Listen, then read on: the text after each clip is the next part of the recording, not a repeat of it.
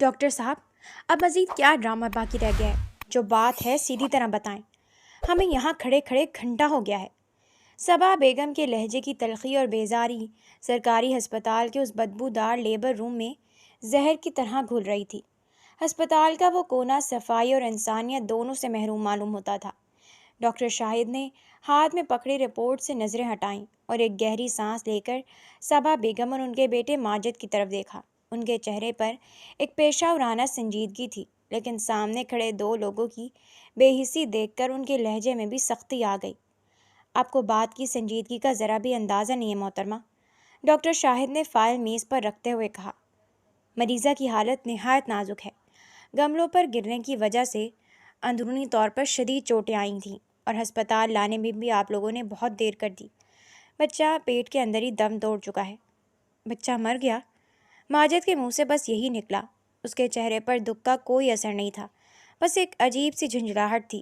جی، ہم بچے کو نہیں بچا سکے، ڈاکٹر شاہد نے بات جاری رکھی، اور اس سے بھی زیادہ تشویشناک بات یہ ہے کہ شدید انفیکشن اور پیچیدگیوں کی وجہ سے ہم نے جیسے تیسے مریضہ کی جان تو بچا لی ہے، لیکن اب وہ زندگی میں کبھی دوبارہ ماں نہیں بن سکتی۔ ان کا رحم شدید متاثر ہوا ہے۔ کمرے کے کونے میں لوہے کے پرانے اور زنگ آلود اسٹریچر پر پڑی مالا نے سسکتے ہوئے اپنی آنکھیں کھولیں۔ اس کے وجود میں درد کی ایسی لہریں اٹھ رہی تھیں جیسے جسم کا ایک ایک بن جدا ہو رہا ہو۔ چادر کے بغیر اپنی خون میں لت پت اسٹریچر پر پڑی وہ بے بس عورت اپنے شوہر اور ساس کی باتیں سن رہی تھی۔ اس کی زرد رنگت، خشک ہونٹ اور آنکھوں سے بہتے آنسو اس کے اندرونی کرب کی گواہی دے رہے تھے۔ وہ کچھ بولنا چاہتی تھی، اپنا ہاتھ اٹھا کر ماجد کو پکارنا چاہتی تھی، لیکن منہ سے صرف ایک کرا ہی نکل سکی۔ ماجد، اس نے بہت مدھم آواز میں پکارا، لیکن صبا بیگم کے کانوں میں جیسے ہی ڈاکٹر کے الفاظ پڑے، ان کے چہرے کے زاویے یکدم سخت اور نفرت سے بھر گئے۔ انہوں نے ایک پل کے لیے بھی اسٹریچر پر تڑپتی ہوئی اپنی بہو کی طرف رحم کی نگاہ سے نہیں دیکھا۔ انہوں نے گھوم کر اپنے بیٹے ماجد کا بازو سختی سے تھاما اور غراتے ہوئے بولی، سن لیا تم نے ماجد؟ سن لیا اس ڈاکٹر نے کیا کہا ہے؟ یہ عورت اب کبھی ماں نہیں بن سکتی، یعنی اب یہ ہمیشہ کے لیے بانجھ ہو چکی ہے۔ امی، آپ یہ، ماجد نے ہچکچاتے ہوئے کچھ کہنا چاہا۔ تم چپ رہو، صبا بیگم نے کڑک دار آواز میں اسے خاموش کروایا۔ اس بانجھ کو اب اس گھر میں رکھنے کا کوئی حق نہیں ہے۔ میں نے کوئی لنگر خانہ نہیں کھول رکھا کہ ایک ایسی عورت کو مفت میں بیٹھ کر پالتی رہوں جو مجھے وارث بھی نہ دے سکے۔ یہ اب ہمارے کسی کام کی نہیں رہی۔ امی، لوگ کیا کہیں گے؟ ابھی ابھی ہسپتال میں، ماجد نے آس پاس پھیلی نرسوں اور ڈاکٹر کو دیکھ کر ذرا ہلکی آواز میں کہا۔ لوگوں کی ایسی کی تیسی، صبا بیگم نے نفرت سے مالا کی طرف اشارہ کیا جو اسٹریچر پر پڑی مسلسل رو رہی تھی۔ اگر آج تم نے اس کا قصہ ختم نہ کیا تو یہ ساری زندگی ہمارے گلے کا توق بنی رہے گی۔ تجھے میری ممتا کی قسم ماجد، تجھے میرے دودھ کی قسم، اسی بانجھ کو ابھی اور اسی وقت طلاق دے، اسے اسی اسٹریچر پر چھوڑ اور میرے ساتھ گھر چل۔ مالا نے اپنی تمام تر طاقت جمع کی اور کپ کپاتے ہوئے ہاتھوں سے اسٹریچر کا کنارہ تھاما۔ ماجد، خدا کے لیے ایسا مت کرو، میرا کیا قصور ہے؟ میں تو فرش دھو رہی تھی، میرا پاؤں پھسل گیا تھا۔ ماجد، وہ درد سے چلائی، اس کی آواز میں التجا اور سسکیاں گھلی ہوئی تھیں، لیکن ماجد، جس کا اپنا دل بھی سنگ دل ماں کی تربیت سے پتھر ہو چکا تھا، نے مالا کی طرف دیکھا تک نہیں۔ اس کی آنکھوں میں نہ تو اپنی بیوی کے لیے کوئی ہمدردی تھی اور نہ ہی اپنے مرے ہوئے بچے کا کوئی غم۔ ماں کے حکم اور قسم نے اس کے بچے کچے ضمیر کو بھی سلا دیا۔ اس نے مالا کے قریب قدم بڑھایا اور ڈاکٹر اور نرسوں کی موجودگی کی پرواہ کیے بغیر بولا، میں ماجد علی تجھے مالا اسلم طلاق دیتا ہوں، طلاق دیتا ہوں، طلاق دیتا ہوں۔ یہ الفاظ لیبر روم کی زہر آلود فضا میں گونجے۔ مالا کے لیے یہ الفاظ کسی تیز دھار خنجر کی طرح تھی جو اس کے زخمی دل کے پار ہو گئے۔ اس کے منہ سے ایک دردناک چیخ نکلی اور اس کا اٹھا ہوا ہاتھ بے جان ہو کر اسٹریچر سے نیچے لٹک گیا۔ اس کی آنکھوں کے سامنے اندھیرا چھانے لگا۔ چلو، اب اس لاوارث کا منہ بھی مت دیکھنا۔ صبا بیگم نے ماجد کا ہاتھ پکڑا اور فاتحانہ انداز میں گردن اکڑا کر لیبر روم سے باہر نکل گئیں۔ ماجد نے ایک بار بھی مڑ کر پیچھے نہیں دیکھا۔ وہ دونوں اس تڑپتی، سسکتی اور بے ہوش ہوتی ہوئی عورت کو وہیں ہسپتال کے گندے اسٹریچر پر تنہا اور لاوارث چھوڑ کر چلے گئے۔ ڈاکٹر شاہد نے افسوس سے سر ہلایا۔ اپنی فائل اٹھائی اور دوسرے وارڈ کی طرف چلے گئے۔ وہاں موجود نرسیں بھی اپنے کاموں میں مگن ہو گئیں۔ سرکاری ہسپتال کی روایتی بے حسی اپنے عروج پر تھی۔ کوئی مالا کے تن سے خون سے لت پت کپڑے ہٹانے والا نہیں تھا، نہ ہی کسی نے اس کے اوپر ایک صاف چادر ڈالنے کی زحمت کی۔ وہ بیچاری لاوارثوں کی طرح نرسوں کے رحم و کرم پر پڑی تھی، جو پاس سے گزرتے ہوئے صرف بیزاری کا اظہار کر رہی تھی۔ یہ بھی کوئی بات ہے؟ گھر والے طلاق دے کر بھاگ گئے، اب اس مریضہ کی صفائی اور دیکھ بھال کون کرے گا؟ ہمارا وقت ضائع ہوتا ہے، ایک نرس نے دوسری سے شکایت کی۔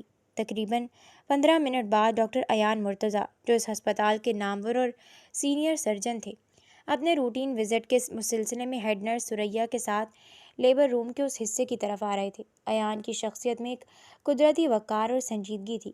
سفید لیب کوٹ پہننے کے باوجود ان کے چہرے کی نرمی اور آنکھوں کا احساس بتاتا تھا کہ وہ اس بے حس ماحول میں بھی اپنے اندر انسانیت زندہ رکھے ہوئے تھے۔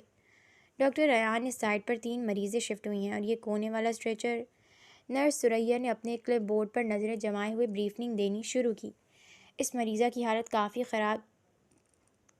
خرابی کی طرف جا رہی ہے، شدید ہیمریج ہوا ہے۔ اور ایان نے سنتے ہوئے سر ہلایا اور بے دھیانی میں اس کونے والے اسٹریچر کی طرف قدم بڑھائے۔ جیسے ہی وہ اسٹریچر کے قریب پہنچے، فضا میں پھیلی خون کی بو اور مریضہ کی خستہ حالی نے انہیں ایک پل کے لیے روکا۔ مریضہ کا چہرہ دوسری طرف مڑا ہوا تھا، لمبے الجھے ہوئے بال اس کے پیلے پڑتے چہرے پر بکھرے ہوئے تھے، اور وہ بے ہوشی کی حالت میں بھی درد کی شدت سے ہلکی ہلکی سسک رہی تھی۔ ایان نے ہمدردی سے آگے بڑھ کر اپنے دستانے پہنے ہوئے ہاتھ سے اس کے بکھرے ہوئے بالوں کو آہستہ سے پیچھے ہٹایا تاکہ اس کا آکسیجن ماسک ٹھیک کر سکے اور نبض چیک کر سکے۔ لیکن جیسے اس کے ہاتھ نے بالوں کو ہٹایا اور چہرہ واضح ہوا، ایان کا پورا وجود ساکت ہو گیا۔ اس کی نظریں اس پر جم کر رہ گئیں۔ خون سے لت پت چادر کے بغیر پڑی وہ بے حس عورت کوئی عام مریضہ نہیں تھی، وہ مالا تھی، وہی شوخ، چنچل اور مسکراتی ہوئی مالا جسے وہ سالوں پہلے چھوڑ آیا تھا۔ ایان کے ہاتھ میں موجود کلپ بورڈ ایک لمحے کے لیے لرزا، اس کے دل کی دھڑکن جیسے تھم گئی۔ اس کی آنکھیں حیرت، صدمے اور شدید ترین تکلیف سے پھیل گئیں۔ جس چہرے پر اس نے ہمیشہ زندگی اور مسکراہٹ دیکھی تھی، آج وہ چہرہ موت اور زندگی کی کشمکش میں انتہائی ذلت اور بے حسی کے عالم میں اس کے سامنے پڑا تھا۔ مالا! ایان کے حلق سے ایک بے ساختہ اور کپکپاتی ہوئی سرگوشی نکلی۔ اس کا پورا جسم ششدر رہ گیا۔ وہ حیرت زدہ، صدمے سے جمے ہوئے قدموں کے ساتھ اس کی تڑپتی ہوئی صورت کو دیکھتا ہی رہ گیا۔ چند سال پہلے ایک پرانا مگر بے حد صاف ستھرا گھر تھا، جس کے صحن میں مٹی کے سرخ گملوں میں کھلے رنگ برنگے پھول صبح کی تازہ ہوا میں جھوم رہے تھے۔ گھر کی دیواریں بھلے ہی پرانی تھیں، لیکن وہاں پھیلی محبت اور اپنائیت اسے ایک محل بناتی تھی۔ صحن کی ایک طرف رکھی لکڑی کی چارپائی پر اسلم صاحب بیٹھے بار بار کھانس رہے تھے۔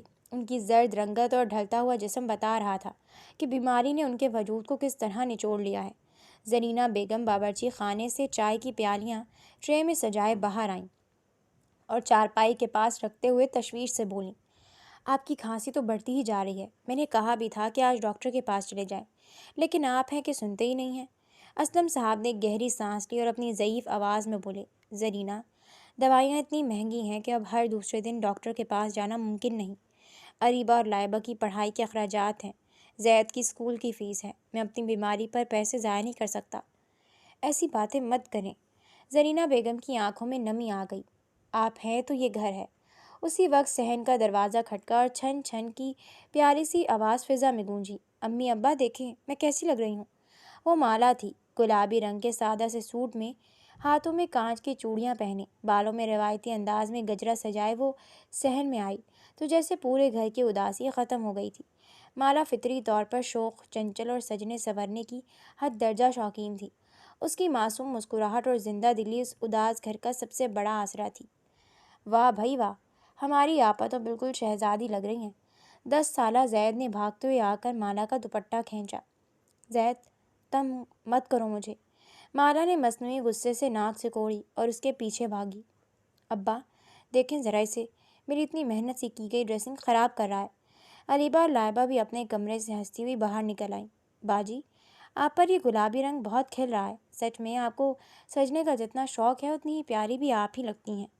گھر میں ایک دم سے کہے گونجنے لگے اور اسلم صاحب کے مرجھائے ہوئے چہرے پر بھی بیٹی کو دیکھ کر ایک پرسکون مسکراہٹ پھیل گئی۔ اسی اثنا میں اوپری منزل کی سیڑھیوں سے بوجھل قدموں کی آواز آئی۔ ایان مرتضیٰ، جو MBBS کا طالب علم تھا، کندھے پر بھاری بیگ لٹکائے ہینڈسم اور سنجیدہ چہرے کے ساتھ نیچے اتر رہا تھا۔ اسلم صاحب کی بیماری اور آمدنی کی کمی کے باعث گھر کا اوپری کمرہ کرائے پر دینا پڑا تھا تاکہ گھر کے اخراجات میں کچھ مدد ہو سکے۔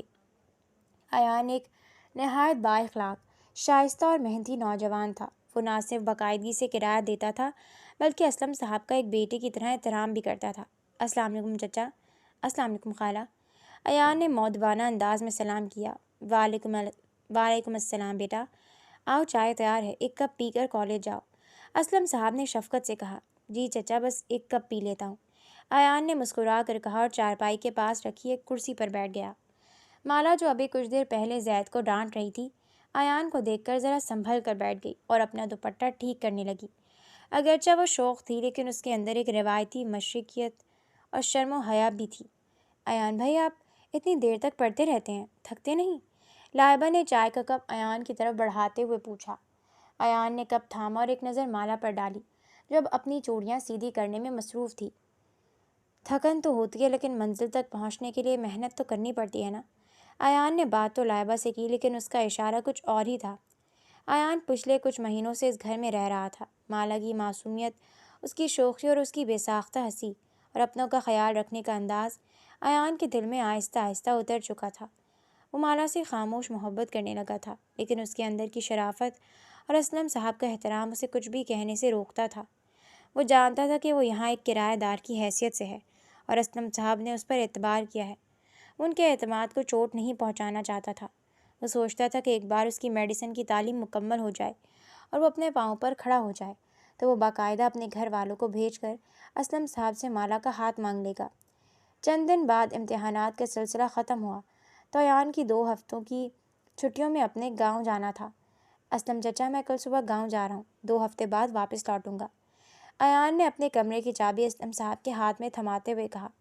ضرور جاؤ بیٹا، ماں باپ بھی تمہارا انتظار کر رہے ہوں گے، اللہ تمہارے سفر میں حفاظت کرے۔ اسلم صاحب نے اس کے سر پر ہاتھ رکھا۔ مالا، جو پاس ہی کھڑی گملوں کو پانی دے رہی تھی، پلٹ کر بولی۔ ایان بھائی، گاؤں سے آتے ہوئے ہمارے لیے وہاں کا مشہور ساگ اور مکھن ضرور لائیے گا۔ ایان نے مالا کی طرف دیکھا، اس کے چہرے پر ایک دلکش مسکراہٹ تھی۔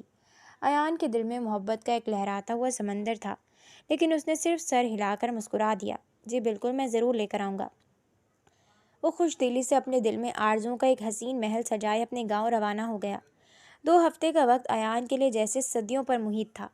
وہ ہر دن گنتا تھا کہ کب واپس لوٹے گا اور کب مالا کے ہنستے ہوئے چہرے کو دیکھ سکے گا۔ گاؤں سے واپسی پر اس کے ہاتھ میں نہ صرف ساگ اور مکھن تھا بلکہ اس نے مالا کے لیے کپڑے اور اس کی بہنوں کے لیے چوڑیاں بھی خریدی تھیں۔ جب وہ اپنے سامان کے ساتھ اسلم صاحب کے گھر کی گلی میں داخل ہوا تو اسے گھر کے باہر کچھ گہما گہمی نظر آئی۔ صحن میں داخل ہوتے ہی اس نے دیکھا کہ گھر کو صاف ستھرا کیا جا رہا ہے اور زرینہ بیگم کے چہرے پر ایک عجیب سی خوشی اور اطمینان تھا۔ السلام علیکم خالہ۔ ایان نے اپنا سامان ایک طرف رکھتے ہوئے سلام کیا۔ وعلیکم السلام۔ ایان بیٹا، تم آ گئے، بہت اچھا ہوا، تم صحیح وقت پر آئے ہو، زرینہ بیگم نے آگے بڑھ کر خوشی سے کہا اور اندر سے مٹھائی کا ڈبہ اٹھا لائیں۔ ایان نے تعجب سے پوچھا، خیریت خالہ، آج کوئی خاص بات ہے؟ آپ اتنی خوش لگ رہی ہیں۔ زرینہ بیگم نے ایک بڑا سا لڈو ایان کی طرف بڑھاتے ہوئے کہا، بیٹا، اللہ نے ہماری بڑی فکر دور کر دی۔ اسلم کے بیمار ہونے کے بعد مجھے روز یہی ڈر رہتا تھا کہ میری مالا کا کیا ہوگا۔ اللہ کا شکر ہے ہماری مالا کا رشتہ طے ہو گیا ہے۔ ایان کے ہاتھ میں پکڑا ہوا گاؤں کا سامان ایک لمحے کے لیے لرزا، اس کے قدموں تلے سے زمین نکل گئی، اس کی زبان جیسے گنگ ہو گئی۔ رشتہ؟ ایان نے بمشکل اپنے حلق سے آواز نکالی۔ ہاں بیٹا، شہر کے ایک اچھے تاجر کا بیٹا ہے، ماجد نام ہے۔ لڑکا اور اس کی ماں آئے تھے، انہیں ہماری مالا بہت پسند آئی ہے۔ بس 2 مہینے بعد کی تاریخ طے ہوئی ہے۔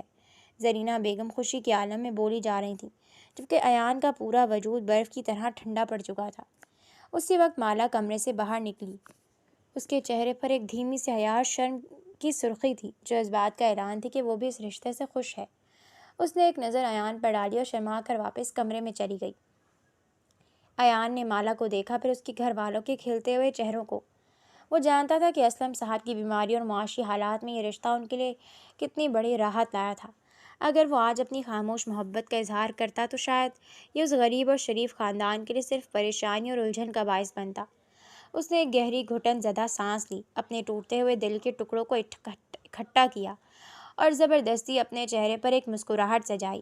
مبارک ہو خالہ، بہت بہت مبارک ہو اسلم چچا، ایان نے اپنے جذباتی طوفان کو اندر ہی دفن کرتے ہوئے کہا۔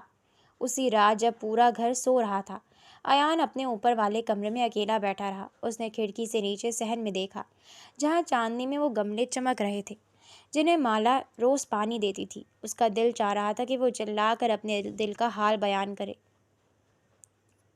لیکن اس کی شرافت اور مالا کی خوشی کی خاطر اس نے اپنے جذبات کو زنجیریں ڈال دیں۔ اگلی صبح سورج نکلنے سے پہلے ایان نے اپنا تمام سامان پیک کیا۔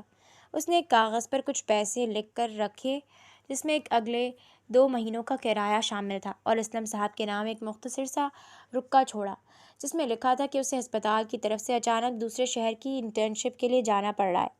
وہ خاموشی سے سیڑھیاں اترا، ایک آخری بار اس گھر اور مالا کے کمرے کے بند دروازے کی طرف دیکھا، اور خاموش قدموں سے وہ گھر اور اپنی پہلی محبت ہمیشہ کے لیے چھوڑ کر چلا گیا۔ سرکاری ہسپتال کے اس گندے اور تاریک لیبر روم میں ایان کے لیے ایک لمحہ بھی مزید رکنا محال تھا۔ مالا کو اس بے بسی اور تکلیف کی حالت میں دیکھ کر اس کے اندر جیسے ایک طوفان مچ گیا تھا۔ اس نے اپنے جذبات کو بمشکل قابو میں کیا اور فوراً ایک سینئر ڈاکٹر کی حیثیت سے چارج سنبھال لیا۔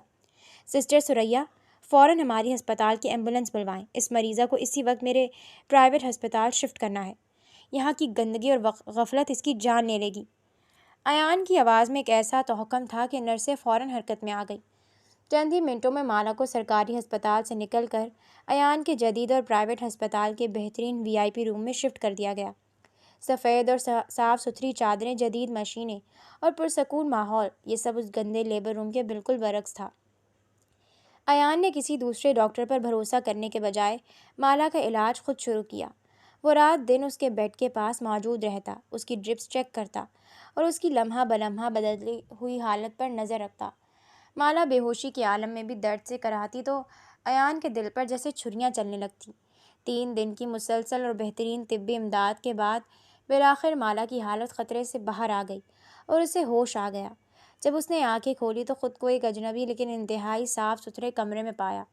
اس کے سرہانے ڈاکٹر ایان کھڑا تھا۔ مالا نے اسے پہچان تو لیا، لیکن کمزوری اور صدمے کے باعث اس کے لبوں سے کوئی آواز نہ نکل سکی۔ بس اس کی آنکھوں سے آنسو بہہ کر تکیے میں جذب ہونے لگے۔ پریشان مت ہو مالا، تم اب بالکل محفوظ ہو، ایان نے نہایت نرمی سے کہا اور اس کی ڈرپ کی رفتار درست کی۔ 1 ہفتے بعد جب مالا جسمانی طور پر ہسپتال سے ڈسچارج ہونے کی قابل ہوئی تو اس کی آنکھوں میں ایک شدید خوف اور بے بسی تھی۔ وہ کہاں جائے گی؟ وہ تو لاوارث ہو چکی تھی، لیکن ایان نے اسے تنہا اور بے سہارا نہیں چھوڑا۔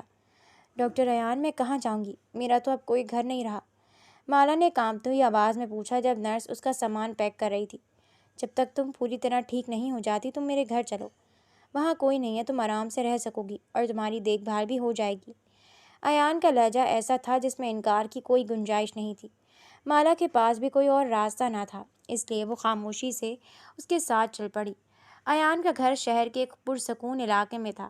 یہ ایک خوبصورت اور کھلا گھر تھا جس کے لان میں ہرے بھرے پودے لگے تھے۔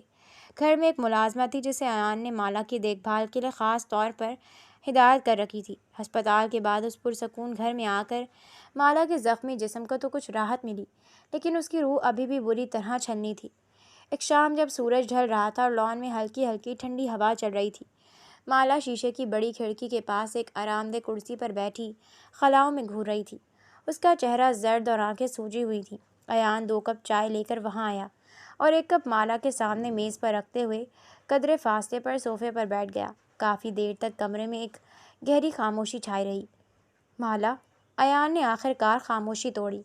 اس کی آواز میں بے پناہ ہمدردی اور نرمی تھی۔ اگر تم خود کو کچھ بہتر محسوس کر رہی ہو تو کیا مجھے بتاؤ گی کہ یہ سب کیسے ہوا؟ تمہاری تو شادی ہوئی تھی، پھر تم ہسپتال کے اس وارڈ میں اس لاوارث حالت میں کیسے پہنچی؟ یہ سوال سننا تھا کہ مالا کے اندر ضبط ٹوٹ گیا۔ اس کے ہاتھ لرزنے لگے اور وہ اپنے چہرے کو دونوں ہاتھوں میں چھپا کر پھوٹ پھوٹ کر رو پڑی۔ اس کے رونے میں اتنی تکلیف تھی کہ ایان کو اپنا دل کٹتا ہوا محسوس ہوا۔ میرا کوئی قصور نہیں تھا ڈاکٹر ایان، میرا کوئی قصور نہیں تھا۔ مالا ہچکیاں لیتے ہوئے بولی۔ اس کے آنسو اس کے پیلے رخساروں کو بھگو رہے تھے۔ میں جانتا ہوں، تم رو مت، آرام سے بتاؤ کہ کیا ہوا۔ ایان نے تسلی دی۔ مالا نے دوپٹے سے اپنے آنسو صاف کیے اور بھرائی ہوئی آواز میں بتانا شروع کیا۔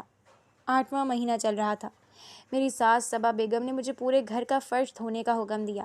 میں نے منت کی کہ مجھ سے جھکا نہیں جا رہا، میری حالت ٹھیک نہیں ہے، لیکن انہوں نے ایک نہ سنی اور تانے دینے لگی۔ میں مجبوری میں بالٹی اٹھا کر صحن کا فرش دھو رہی تھی۔ اچانک صابن کی وجہ سے میرا پاؤں بری طرح پھسلا اور میں سیدھا وہاں رکھے مٹی کے بھاری گملوں پر جا گری۔ مالا یہ کہتے ہوئے کانپ اٹھی، جیسے وہ سارا درد دوبارہ محسوس کر رہی ہو۔ مجھے ایسا لگا جیسے میری جان نکل گئی ہے۔ میرے پیٹ میں شدید درد اٹھا اور میرے کپڑے خون سے بھر گئے۔ میں چیختی رہی، درد سے زمین پر لوٹتی رہی، لیکن صبا بیگم وہیں برآمدے میں کھڑی سکون سے مجھے دیکھتی رہیں۔ انہوں نے آگے بڑھ کر مجھے سہارا تک نہیں دیا۔ وہ کہہ رہی تھی کہ میں کام سے بچنے کے لیے سارا ڈرامہ کر رہی ہوں۔ ایان کی مٹھیاں غصے سے بھینچ گئیں۔ وہ ایک ڈاکٹر تھا۔ وہ جانتا تھا کہ 8ویں مہینے میں ایسا گرنا کتنا جان لیوا ہو سکتا ہے۔ 1 گھنٹہ، پورا 1 گھنٹہ ڈاکٹر ایان میں اس ٹھنڈے فرش پر خون میں لت پت پڑی تڑپتی رہی۔ جب میری حالت بگڑنے لگی اور میں بے ہوش ہونے لگی، تب انہوں نے ماجد کو فون کیا اور جب مجھے ہسپتال لے جایا گیا تو بہت دیر ہو چکی تھی۔ مالا کی آواز اب ایک سرگوشی میں بدل گئی تھی۔ میرا بچہ مر چکا تھا اور ڈاکٹرز نے کہہ دیا کہ میں اب کبھی ماں نہیں بن سکتی۔ مالا نے ایک دل خراش سسکی لی اور ایان کی طرف دیکھا۔ اور ماجد نے، جس کے لیے میں نے اپنا گھر بار چھوڑا تھا، اس نے میری اس حالت پر ترس کھانے کے بجائے اپنی ماں کے کہنے پر مجھے بانجھ کہہ کر طلاق دے دی اور مجھے وہاں مرنے کے لیے چھوڑ کر چلا گیا۔ کمرے میں پھر سے ایک بوجھل خاموشی چھا گئی۔ ایان کے پاس الفاظ ختم ہو گئے تھے۔ انسانوں کی شکل میں ایسے درندے بھی ہو سکتے ہیں، یہ سوچ کر ہی اس کی روح کانپ گئی تھی۔ لیکن مالا، ایان نے الجھن اور دکھ سے پوچھا، تم نے اسلم چچا کو کیوں نہیں بلایا؟ تم نے اپنے گھر والوں کو اطلاع کیوں نہیں دی؟ وہ لوگ تمہیں اس حال میں کبھی اکیلا نہیں چھوڑتے۔ نہیں، مالا یکدم گھبرا کر بولی۔ اس کی آنکھوں میں شدید خوف تیرنے لگا۔ خدا کے لیے ڈاکٹر ایان، میرے ابا کو مت بتائیے گا۔ آپ تو جانتے ہیں نا ان کا دل کتنا کمزور ہے۔ پچھلے سال انہیں ہارٹ اٹیک بھی ہو چکا ہے۔ وہ میری اس حالت اور اس طلاق کے داغ کو ہرگز برداشت نہیں کر پائیں گے۔ وہ صدمے سے مر جائیں گے ڈاکٹر ایان۔ میں اپنے دکھ کی وجہ سے اپنے باپ کی جان نہیں لے سکتی۔ مالا دوبارہ اپنے گھٹنوں میں سر دے کر رونے لگی۔ ایان نے گہری سانس لی اور صوفے کی پشت سے ٹیک لگا لی۔ اس نے انتہائی افسوس اور دکھ سے سر ہلایا۔ اس کی نظریں سامنے بیٹھی مالا پر جمی ہوئی تھیں۔ اس کے ذہن میں وہ پرانا منظر گھوم گیا۔ گلابی جوڑا پہنے کانچ کی چوڑیاں کھنکھناتی، ہنستی مسکراتی، شوخ اور چنچل مالا جو پورے گھر کی جان ہوا کرتی تھی، اور آج اس کے سامنے کرسی پر سمٹی ہوئی یہ عورت بس ہڈی اور دکھوں کا ایک ڈھانچہ تھی۔ یہ وہ مالا بالکل نہیں تھی جسے وہ چند سال پہلے اداس دل کے ساتھ چھوڑ کر گیا تھا۔ ماجد اور اس کی ماں کی بے حسی نے اس زندہ دل لڑکی کو ایک خوف زدہ اور بے جان روح میں تبدیل کر دیا تھا۔ ایان کے دل میں مالا کے لیے ہمدردی کے ساتھ ساتھ وہ پرانی خاموش محبت ایک بار پھر شدت سے جاگ اٹھی تھی، لیکن اس بار یہ محبت مالا کو پانے کے لیے نہیں بلکہ اس کے زخموں پر مرہم رکھنے کے لیے بے قرار تھی۔ دن ہفتوں میں بدلتے چلے گئے۔ ایان ایک سرجن ہونے کے ناطے اپنے پیشے کی مصروفیات کے باوجود مالا کی دیکھ بھال میں کوئی کسر اٹھا نہ رکھتا تھا۔ وہ خود اس کے لیے بہترین طاقت بخش غذائیں لاتا، اپنے ہاتھوں سے کھلاتا اور ملازمہ کو بار بار ہدایت دیتا کہ مالا کو ذرا سی بھی تکلیف یا ذہنی پریشانی نہ ہو۔ ایان کی اس شب و روز کی محنت اور توجہ کا نتیجہ یہ نکلا کہ مالا جسمانی طور پر کافی حد تک بہتر ہونے لگی۔ اس کی رنگت میں کچھ بہتری آئی تھی اور اس کے زخم بھر چکے تھے، لیکن اندرونی طور پر وہ اب بھی بے جان تھی۔ اس کا بولنا، ہنسنا اور جینا جیسے ختم ہو چکا تھا۔ وہ گھنٹوں لان کی گھاس یا آسمان کو تکتی رہتی اور کسی سے بات نہ کرتی۔ ایک دلکش شام جب سورج درختوں پر سنہری کرنوں کی صورت بکھر رہا تھا، مالا سفید شال میں لپٹی کرسی پر بیٹھی تھی۔ اس کے چہرے پر ہمیشہ کی طرح ایک بے حس اداسی چھائی تھی۔ ایان گھر لوٹا تو اپنے لیب کوٹ کو اتار کر سیدھا لان کی طرف چلا آیا۔ اس کے ہاتھ میں تازہ جوس کا گلاس تھا جو اس نے مالا کے سامنے میز پر رکھا۔ مالا، یہ جوس پی لو، میں نے خود اپنے ہاتھوں سے بنایا ہے، ایان نے نہایت نرمی سے کہتے ہوئے سامنے والی کرسی سنبھالی۔ مالا نے دھیمے سے نظریں اٹھائیں اور گلاس کو دیکھا، پھر ایان کے چہرے کی طرف دیکھا جس پر اس کے لیے بے پناہ خلوص اور فکرمندی تھی۔ ڈاکٹر ایان، مالا کی آواز بہت مدھم اور تھکی ہوئی تھی، آپ میرا اتنا خیال کیوں رکھ رہے ہیں؟ میں آپ کی کچھ نہیں لگتی۔ آپ کا یہ پرائیویٹ گھر، یہ بہترین علاج، یہ دوائیاں، میں آپ کے اس احسان کا بدلہ پوری زندگی نہیں چکا سکتی۔ ایان کے چہرے پر ایک دھیمی سی مسکراہٹ ابھری۔ اس نے ایک گہری سانس لی اور اپنے ہاتھوں کی انگلیاں آپس میں ملا لیں۔ مالا، تم نے اسے احسان کا نام کیسے دے دیا؟ ایان کا لہجہ بالکل بدل گیا، اس میں ایک عجیب سی گہرائی اور شائستگی آ گئی تھی۔ میں نے تمہارے لیے جو بھی کیا ہے یا جو بھی کر رہا ہوں، وہ کسی احسان یا رحم کی بنیاد پر نہیں کر رہا۔ مالا نے الجھن کے عالم میں ایان کو دیکھا۔ پھر آپ یہ سب کیوں کر رہے ہیں؟ ایان کچھ دیر کے لیے خاموش رہا، جیسے اپنے دل میں سالوں سے چھپے الفاظ کو ہمت جمع کر کے زبان پر لانے کی کوشش کر رہا ہو۔ اس کے بعد اس نے مالا کی آنکھوں میں آنکھیں ڈال کر دیکھنا شروع کیا۔ مالا، کیا تمہیں یاد ہے چند سال پہلے کا وہ وقت جب میں تمہارے والد کے گھر اوپری کمرے میں رہتا تھا؟ مالا کا دل ایک لمحے کے لیے دھڑکنا بھول گیا۔ اس نے چونک کر ایان کی طرف دیکھا۔ جی، مجھے یاد ہے آپ وہاں کرایہ دار تھے۔ نہیں مالا، میں صرف ایک کرایہ دار نہیں تھا۔ ایان کے لہجے میں سالوں پرانی سچائی جاگ اٹھی۔ میں تمہاری شوخیوں، تمہاری گلیوں میں گونجتی ہنسی اور تمہاری معصومیت کا خاموش عاشق تھا۔ تم جب صحن کے گملوں کو پانی دیتی تھیں، اپنی بہنوں سے لڑتی تھیں یا اپنے بالوں میں گجرا سجاتی تھیں، میں سیڑھیوں پر کھڑا تمہیں خاموشی سے دیکھتا تھا۔ مالا کی آنکھیں حیرت سے پھیل گئیں۔ اس کے خشک لب کچھ بولنے کے لیے کھلے، لیکن ایان نے ہاتھ کے اشارے سے اسے روک دیا۔ سنو مالا، آج سچ سن لو، ایان نے ہمت کرتے ہوئے کہا۔ میں تم سے تب سے محبت کرتا ہوں جب میں میڈیکل کا طالب علم تھا۔ میں تم سے بے انتہا محبت کرتا آ رہا ہوں۔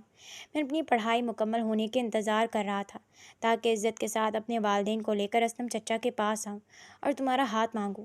لیکن جب میں 2 ہفتے کی چھٹیوں کے بعد گاؤں سے واپس لوٹا تو مجھے پتہ چلا کہ تمہاری شادی ماجد سے طے ہو چکی ہے۔ مالا کے منہ سے ایک دبی دبی سی سسکی نکلی۔ وہ ششتر ہو کر ایان کی بات سن رہی تھی۔ اس دن میرا دل ٹوٹ گیا تھا مالا۔ ایان کے چہرے پر پرانے درد کا سایہ لہرایا۔ لیکن میں تمہاری خوشیوں کے درمیان نہیں آنا چاہتا تھا۔ میں نے اپنے دل کی بات اپنے اندر ہی دفن کر دی اور خاموشی سے وہ گھر اور شہر چھوڑ کر چلا گیا۔ میں نے سوچا تھا کہ تم اپنی دنیا میں خوش رہو گی، لیکن قسمت کا کھیل دیکھو، خدا نے مجھے ایک بار پھر تمہاری زندگی کے سب سے تاریک موڑ پر تمہارے سامنے لا کھڑا کیا۔ ایان کرسی سے اٹھا اور قدم بڑھا کر مالا کے قریب آیا۔ اس کی آنکھوں میں ایک امید، عزت اور سچے جذبوں کی روشنی تھی۔ مالا، ماضی میں جو کچھ بھی ہوا وہ ایک خوفناک خواب تھا جو ختم ہو چکا ہے۔ میں تمہیں اس تکلیف دہ ماضی سے نکالنا چاہتا ہوں۔ میں تمہیں تمہارا کھویا ہوا احترام اور خوشیاں واپس دینا چاہتا ہوں۔ ایان نے اپنا ہاتھ آگے بڑھایا۔ مالا، میں تم سے شادی کرنا چاہتا ہوں۔ میں تمہیں اپنی زندگی، اپنے گھر اور اپنے نام کے ساتھ عزت سے اپنانا چاہتا ہوں۔ کیا تم میری ہمسفر بنو گی؟ لان کی فضا پر جیسے ایک لمحے کے لیے سکوت طاری ہو گیا۔ مالا، جو ایان کا اعتراف محبت سن کر پہلے ہی صدمے اور حیرت سے ششتر تھی، جب اس کے منہ سے پروپوزل کے الفاظ سنے تو اس کا پورا وجود کانپ اٹھا۔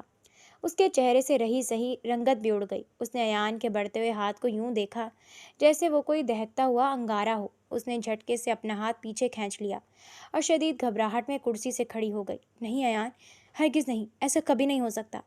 مالا کی آواز میں خوف اور انکار تھا۔ ایان کی امید سے بھری مسکراہٹ یکدم غائب ہو گئی۔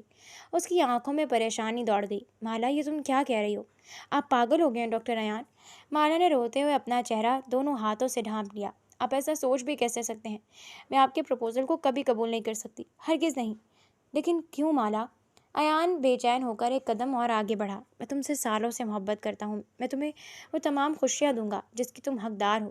تم کیوں انکار کر رہی ہو؟ کیا تمہیں مجھ پر بھروسہ نہیں ہے؟ یا تم اب بھی اس ماجد؟ خدا کے لیے اس کا نام مت لیں۔ مالا زور سے چیخی۔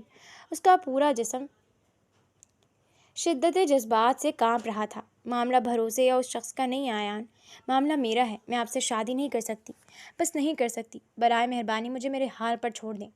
مالا نے اپنے آنسو پوچھے اور بغیر کوئی اور بات سنے ایان کو لان میں اکیلا چھوڑ کر تیزی سے اپنے کمرے کی طرف بھاگ گئی۔ ایان لان کے وسط میں ساکت کھڑا رہ گیا۔ شام کا اندھیرا پوری طرح چھا چکا تھا۔ ایان کا دل بے چینی اور پریشانی کی شدت سے دھڑک رہا تھا۔ اس کی سمجھ میں کچھ نہیں آ رہا تھا کہ جو عورت بے یار و مددگار تھی، جیسے ایک صاحبان اور ہمدرد کی سب سے زیادہ ضرورت تھی، اس نے اس کی اتنی سچی اور باکمال محبت کو یوں لمحوں میں کیوں ٹھکرا دیا۔ ایان نے شدید بےتابی سے اپنے بال نوچے اور گہری سانسیں لیتے ہوئے لان میں چکر کاٹنے لگا۔ مالا کے اس اچانک اور سخت انکار کے پیچھے آخر کون سا ایسا راز یا دکھ تھا جو اس نے اپنے اندر چھپا رکھا تھا؟ ایان کا ذہن سوالوں کے اس تانے بانے میں بری طرح الجھ کر رہ گیا تھا۔ لان سے بھاگ کر آنے کے بعد مالا ڈرائنگ روم کے ایک کونے میں رکھے صوفے پر سمٹ کر بیٹھی تھی۔ اس نے شال کو اپنے گرد کس کر لپیٹ رکھا تھا اور اس کا جسم مسلسل سسکیوں کی وجہ سے لرز رہا تھا۔ دوسری طرف ایان جانتا تھا کہ مالا کا انکار کسی غرور یا بیزاری کا نتیجہ نہیں تھا، بلکہ اس کے پیچھے کوئی ایسا گہرا خوف تھا جو اسے آگے بڑھنے سے روک رہا تھا۔ ایان نے اپنے الجھے ہوئے ذہن کے ساتھ لمبے لمبے قدم اٹھائے اور ڈرائنگ روم میں داخل ہو گیا۔ مالا نے ایان کی آمد محسوس کی، لیکن اپنا سر جھکائے رکھا۔ وہ ایان سے نظریں ملانے کی ہمت نہیں رکھتی تھی۔ ایان نے کچھ دیر خاموشی سے اس کو دیکھا، پھر وہ آہستہ آہستہ چلتا ہوا اس کے سامنے آ کر رک گیا۔ مالا، ایان کی آواز ڈرائنگ روم کے سناٹے میں گونج گئی۔ میں پچھلے 2 گھنٹے سے ایک ہی سوال کا جواب ڈھونڈ رہا ہوں اور مجھے وہ جواب نہیں مل رہا۔ میں چاہتا ہوں کہ تم خود مجھے سچ بتاؤ۔ مالا نے کپ کپاتے ہوئے ہاتھوں سے اپنے آنسو پوچھے اور گردن نفی میں ہلائی۔ ڈاکٹر ایان، برائے مہربانی اب اس موضوع پر بات مت کریں۔ جو میں نے لان میں کہا وہی میرا آخری فیصلہ ہے۔ آپ یہاں سے چلے جائیں۔ میں نہیں جاؤں گا مالا۔ ایان اس کے پاس صوفے کے پاس رکھی ایک چھوٹی میز پر بیٹھ گیا تاکہ اس کا چہرہ مالا کے سامنے ہو۔ میں تب تک یہاں سے ایک قدم نہیں ہٹوں گا جب تک تم مجھے اپنے انکار کی اصل وجہ نہیں بتا دیتی۔ کیا تمہیں مجھ پر بھروسہ نہیں ہے؟ کیا تم یہ سمجھتی ہو کہ میں یہ سب تمہاری حالت پر رحم کھا کر یا کسی ہمدردی کے تحت کر رہا ہوں؟ بولو مالا۔ ایان کی اس شدت اور بیتابی نے مالا کا ضبط مکمل طور پر توڑ دیا۔ اس کی آنکھوں سے آنسو بہہ نکلے۔ وہ اپنی ہچکیاں نہ روک سکی اور اپنے چہرے کو دونوں ہاتھوں میں چھپا کر زور زور سے رو پڑی۔ آپ کیوں نہیں سمجھتے ایان؟ آپ کیوں مجھے مزید شرمندہ کر رہے ہیں؟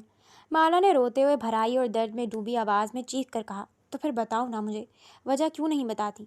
ایان نے تڑپ کر پوچھا۔ مالا نے اپنے ہاتھ چہرے سے ہٹائے۔ اس کی سرخ سوجی ہوئی آنکھوں میں ایک ایسا دکھ تھا جسے دیکھ کر ایان کا دل لرز گیا۔ وجہ یہ ہے ایان کہ میں اب ایک ادھوری عورت بن چکی ہوں۔ مالا نے اپنے وجود پر نالا ہوتے ہوئے کہا۔ میں ایک جلا ہوا، بکھرا ہوا اور تباہ شدہ وجود ہوں۔ کیا آپ بھول گئے کہ اس ہسپتال میں ڈاکٹروں نے کیا کہا تھا؟ ایان خاموش رہا، لیکن اس کی آنکھوں میں گہری تشویش ابھری۔ ڈاکٹروں نے کہا تھا کہ اس حادثے کے بعد میری کوکھ ہمیشہ کے لیے بنجر ہو چکی ہے۔ مالا کی آواز سسکیوں میں ڈوب گئی۔ میں اب کبھی ماں نہیں بن سکتی ایان، کبھی نہیں۔ میں دنیا کی نظر میں، سماج کی نظر میں ایک بانجھ عورت بن چکی ہوں۔ مالا نے ایک لمبی گھٹن زدہ سانس لی اور ایان کے چہرے کی طرف دیکھا۔ آپ ایک اتنے بڑے سرجن ہیں، ایک عزت دار اور کامیاب انسان ہیں۔ آپ کے والدین کی، آپ کی اپنی کچھ آرزویں ہوں گی۔ آپ کا حق ہے کہ آپ کا اپنا خاندان ہو، آپ کے بچے آپ کے گھر کے صحن میں دوڑیں۔ میں اگر آپ کی زندگی میں آئی تو میں آپ کو کیا دوں گی؟ صرف ویرانی، ایک بنجر کوکھ؟ مالا نے تڑپ کر ایان کا ہاتھ دیکھا، لیکن اسے چھوا نہیں۔ میں اتنی خود غرض نہیں ہو سکتی ایان ماجد اور اس کی ماں نے مجھے اسی بات کا طعنہ دے کر ہسپتال میں ذلیل کیا اور طلاق دے کر پھینک دیا۔ میں آپ کی زندگی کو، آپ کے مستقبل کو تباہ نہیں کر سکتی۔ میں تمہیں کبھی کوئی خوشی نہیں دے سکتی ایان، کبھی کوئی خوشی نہیں دے سکتی۔ اس لیے خدا کے لیے مجھے میرے حال پر چھوڑ دیں۔ مالا اپنا جملہ مکمل کر کے دوبارہ گھٹنوں پر سر رکھ کر پھوٹ پھوٹ کر رو پڑی۔ اس کا سب سے بڑا ڈر، اس کا سب سے بڑا ناسور اب ایان کے سامنے عیاں ہو چکا تھا۔ کمرے میں گہری خاموشی چھا گئی۔ ایان خاموشی سے مالا کو دیکھتا رہا۔ اس کی آنکھوں میں نمی تیرنے لگی تھی، لیکن اس نمی کے پیچھے کوئی رحم یا ترسی نگاہ نہیں تھی، بلکہ بے پناہ محبت اور احترام اور ایک بے لوث جذبہ تھا۔ ایان کو اب سمجھ آیا تھا کہ مالا کے انکار کی دیوار دراصل اس کا اپنا خلوص اور ایان کے لیے محبت تھی جو اسے خود سے دور دھکیل رہی تھی۔ ایان نے گہری سانس لی۔ وہ صوفے پر مالا کے بالکل قریب بیٹھ گیا۔ اس نے نہایت احترام، نرمی اور استقامت کے ساتھ مالا کے دونوں کانپتے ہوئے ٹھنڈے ہاتھوں کو اپنے گرم ہاتھوں کے گھیرے میں لے لیا۔ مالا نے چونک کر سر اٹھایا اور ایان کے اس لمس پر اسے دیکھا۔ مالا، میری طرف دیکھو، ایان نے نہایت شائستہ اور گہرے لہجے میں کہا۔ مالا نے اپنی لرزتی ہوئی آنکھیں ایان کے چہرے پر جمائیں۔ تم نے خود کو ادھورا کہا؟ ایان کی لبوں پر ایک دل نشین مسکراہٹ اور تلخ سی مسکراہٹ ابھری۔ صرف اس لیے کہ تم ایک بچے کو جنم نہیں دے سکتی؟ تمہیں کس نے کہہ دیا مالا کہ ایک عورت کی قیمت اس کی عزت اور اس کی کاملیت صرف ماں بننے میں ہے؟ مالا بے ساختہ اسے تکتی رہی۔ جس ماجد اور اس کی ماں صبا بیگم نے تمہیں یہ زخم دیا، ان کی سوچ گھٹیا، لالچی اور مفاد پرست تھی۔ ایان نے مالا کے ہاتھوں کو تھوڑا اور سختی سے تھاما، جیسے اسے یقین دلا رہا ہو۔ لیکن تم مجھے ان کے ترازو میں کیوں تول رہی ہو مالا؟ کیا تمہیں لگتا ہے کہ میری محبت اتنی سطحی ہے؟ ایان نے اپنی آنکھوں میں اترتے ہوئے آنسوؤں پر قابو پاتے ہوئے بات جاری رکھی۔ میں نے چند سال پہلے اسلم چچا کے گھر میں تم سے محبت کی تھی مالا۔ میں نے تب تمہاری کسی کوکھ یا تمہارے ہونے والے بچوں سے محبت نہیں کی تھی۔ میں نے صرف اور صرف مالا سے محبت کی تھی۔ اس شوق سچی معصوم اور پاکیزہ لڑکی سے جو میرے لیے آج بھی اتنی ہی مکمل، اتنی ہی پاکیزہ اور اتنی ہی انمول ہے جتنی سالوں پہلے تھی۔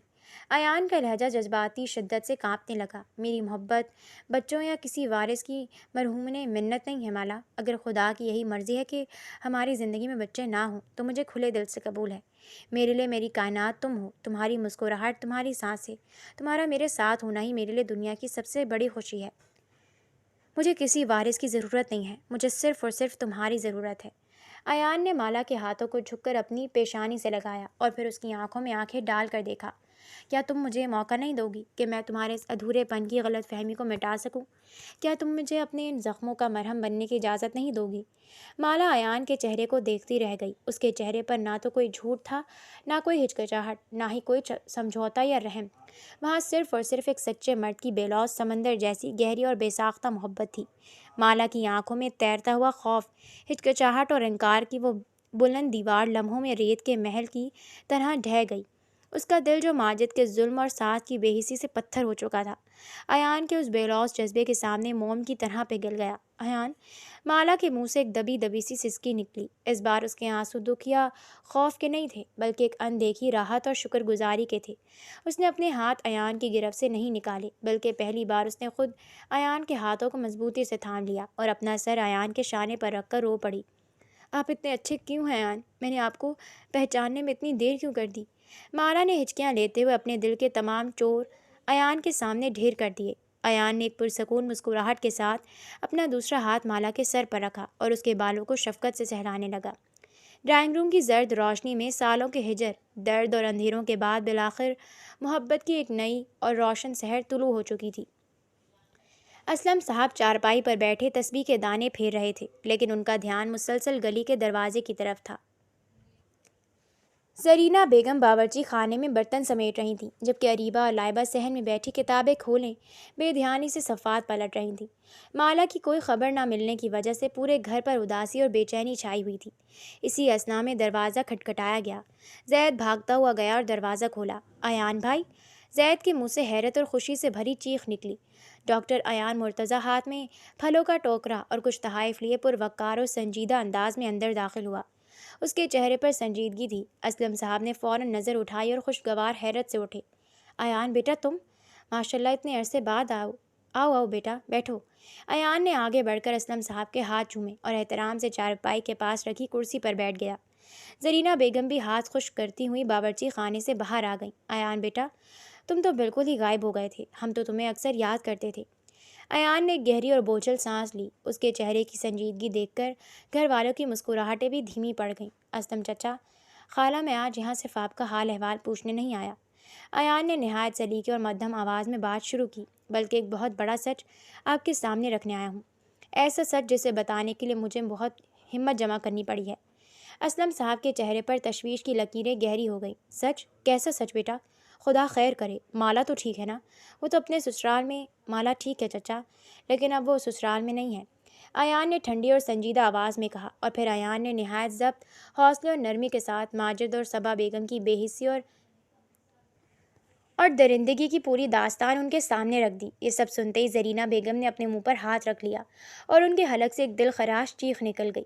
وہ صحن میں ہی زمین پر بیٹھ کر پھوٹ پھوٹ کر رو پڑیں۔ اریبہ اور لائبہ کی آنکھوں سے آنسو جاری ہو گئے اور زید کا غصے سے چہرہ سرخ ہو گیا۔ اسلم صاحب کا پورا وجود شدید صدمے سے کانپ اٹھا۔ ان کا چہرہ زرد پڑ گیا اور ان کے ہاتھ سے تسبیح چھوٹ کر زمین پر گر گئی۔ میرا خدا، میری معصوم بے گناہ بچی پر اتنا ظلم! اسلم صاحب کی آواز میں شدید درد اور بیزاری تھی۔ وہ انسان نہیں، درندے تھے۔ زرینہ بیگم روتے ہوئے ماجد اور اس کی ماں پر لعنت بھیجنے لگیں۔ یا اللہ، ان ظالموں پر اپنا قہر نازل کر، میری بچی کی زندگی تباہ کر دی۔ ایان نے فوراً آگے بڑھ کر اسلم صاحب کا کپکپاتا ہوا ہاتھ تھام لیا۔ چچا، خدا را خود کو سنبھالیے، میں اسی سرکاری ہسپتال میں موجود تھا جہاں مالا کو لایا گیا تھا۔ میں نے جب اسے اس حال میں دیکھا تو اسے اپنے پرائیویٹ ہسپتال منتقل کیا۔ میں نے اس کا علاج کیا اور اسے اپنے گھر لے آیا، جہاں وہ اب بالکل محفوظ ہے۔ اس نے آپ کو اس لیے نہیں بتایا کیونکہ وہ آپ کی نازک صحت کو لے کر بہت ڈرتی تھی۔ زرینہ بیگم اور اسلم صاحب نے ایان کی طرف دیکھا۔ ان کی آنکھوں میں شدید دکھ کے ساتھ ساتھ ایان کے لیے بے پناہ احترام اور شکر گزاری کے آنسو تھے۔ ایان بیٹا، اسلم صاحب نے ہچکچاتی ہوئی آواز میں کہا، ہم تمہارا یہ احسان اپنی پوری زندگی نہیں اتار سکتے۔ اگر تم نہ ہوتے تو میری بیٹی کا کیا ہوتا؟ تم ہمارے لیے فرشتہ بن کر آئے۔ ایان نے ان کا ہاتھ تھاما اور ان کی آنکھوں میں آنکھیں ڈال کر دیکھا۔ چچا، میں نے یہ سب کسی احسان کے تحت نہیں کیا۔ ایان کا لہجہ بے حد جذباتی اور سچا ہو گیا تھا۔ آج سے سالوں پہلے جب میں اس گھر کے اوپری کمرے میں رہتا تھا، میں تب سے مالا سے خاموش محبت کرتا ہوں۔ میں اپنی شرافت اور آپ کے احترام کی وجہ سے چپ رہا تھا۔ پورے صحن میں ایک حیرت انگیز اور پرسکون خاموشی چھا گئی۔ ایان نے بات جاری رکھی۔ ماجد نے جو کچھ کیا وہ اس کی کم ظرفی تھی، لیکن میں مالا کو اس کی تمام تر تکلیفوں سے نکال کر اپنی زندگی، اپنے گھر اور اپنے نام کا احترام دینا چاہتا ہوں۔ میں آپ کے سامنے رسمی طور پر مالا کا ہاتھ مانگنے آیا ہوں۔ میں آپ کو وعدہ دیتا ہوں کہ اپنی آخری سانس تک اس کے چہرے پر کوئی دکھ نہیں آنے دوں گا۔ اسلم صاحب نے اپنے دونوں ہاتھوں سے ایان کا چہرہ تھام لیا۔ خوشی اور جذبات کے آنسو ان کی داڑھی پر بہنے لگے۔ بیٹا، تم سے بڑھ کر میری بیٹی کا محافظ اور کون ہو سکتا ہے؟ اسلم صاحب نے روتے ہوئے ایان کو گلے سے لگا لیا۔ جس دنیا نے میری بیٹی کو ٹھکرا دیا، تم نے اسے سر کا تاج بنایا ہے۔ اللہ تمہیں دنیا اور آخرت کی تمام خوشیاں دے۔ اسی دوران مکافات عمل کی لاٹھی بھی خاموشی سے چلی۔ جب محلے کے لوگوں کو صبا بیگم اور ماجد کی اس درندگی اور تڑپتی ہوئی بہو کو ہسپتال میں طلاق دینے کا پتہ چلا تو پورے علاقے میں ان کی شدید رسوائی ہوئی۔ صبا بیگم کا غرور خاک میں مل گیا اور ماجد کو اپنے کاروباری حلقوں اور محلے میں لوگ نفرت کی نگاہ سے دیکھنے لگے۔ ان کا سر ہمیشہ کے لیے جھک گیا۔ چند ہفتوں بعد اسلم صاحب کے اسی پرانے گھر میں ایک سادہ مگر نہایت پروقار نکاح کی تقریب منعقد ہوئی۔ گھر کو سفید چنبیلی کے پھولوں اور ہلکی پرسکون روشنیوں سے سجایا گیا تھا۔ اریبہ، لائبہ اور زید کے چہروں پر رونق لوٹ آئی تھی۔ مالا نے ہلکی گلابی اور سفید رنگ کا خوبصورت روایتی جوڑا پہن رکھا تھا۔ اگرچہ اس کے دل پر ماضی کے زخموں کے کچھ نشان باقی تھے، لیکن ایان کے سچے پیار، عزت اور بے لوث قبولیت نے اس کے وجود میں ایک نئی روح پھونک دی تھی۔ جب مولوی صاحب نے نکاح پڑھایا اور مالا نے کپکپاتے لبوں سے قبول ہے کہا، تو اس کی آنکھوں سے خوشی اور سکون کا ایک شفاف آنسو نکل کر اس کے گلابی رخسار پر چمک اٹھا۔